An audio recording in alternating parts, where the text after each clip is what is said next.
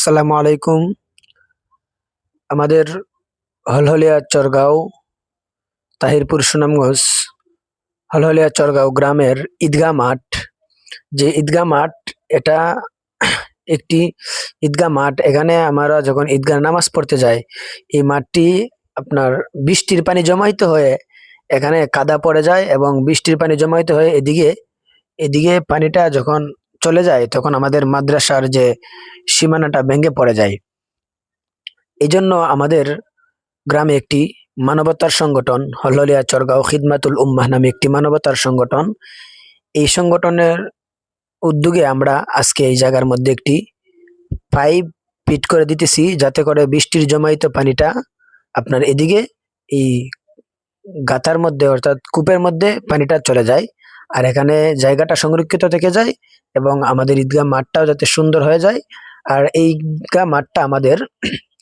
আরেকটি কাজে এখানে ব্যবহৃত হয়। এই ঈদগাহ মাঠের মধ্যে আমাদের যে মাদ্রাসার যে স্টুডেন্ট ছাত্ররা, ওরা এই মাঠের মধ্যে আপনার খেলাধুলাও করে। এই জন্য আমাদের আজকে যে সংগঠনের সদস্যবৃন্দ আমরা সবাই মিলে এই জায়গার মধ্যে কয়েকজন সদস্যবৃন্দ এখানে আমরা আসছি, এই জায়গার মধ্যে এই কাজটা আমরা করতেছি, যাতে করে আমাদের ঈদগাহ মাঠটা আপনার সুন্দর হয়ে যায়, ছেলেমেয়েরা যাতে খেলাধুলা করতেও সুন্দর হয়। এই হচ্ছে আমাদের যে চরগাঁও হলহলিয়া চরগাঁও খিদমাতুল উম্মাহ সংগঠনের মানবতার কাজগুলো আমাদের।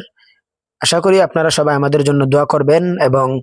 আমরা যেন মানবতার কাজের দিকে সামনে আরো এগিয়ে যেতে পারি। এজন্য আপনারা সবাই আমাদের জন্য দোয়া করবেন এবং আমাদেরকে সহযোগিতাও করবেন। আসসালামু আলাইকুম রহমতুল্লাহি ওয়া বারাকাতুহু। এই জায়গাটা আছে না তোকে মানে সমান করে তোকে এই জায়গাটা আমরা তোমাদের পক্ষ থেকে ইকরাম হাজার আমি ভাই স্যার তোমার সামনে মাথাটা কই দিছেন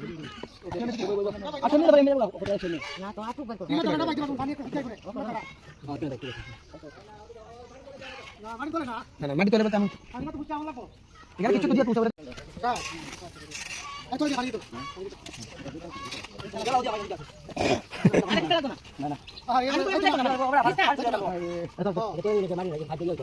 না না ঠিক আছে ভাই নিস না ভাই ভাই না কই থাকো না রে থাকো বিদুল না আরে ভাই নিয়ে যাইবো হ্যাঁ এটা ভিডিও করতে একদম তুই দেখতে পারছ না মানে তো ভাবে রাইডার ব্যবস্থা করে দিই তো বুকাল দিন ডাক্তার দিব না আর তো কিছু করে দিবি তো টাইম করে নাই যেতে তাতে বড় তোমার আনলো দাম তো মানে নিতে এটা দেখো পানি পানি পানি ইয়া না ভালো করে দিব কত টাকা দিব আগে আগে আসো তো এটা আলা বুঝলা কত কথা বল কত দিব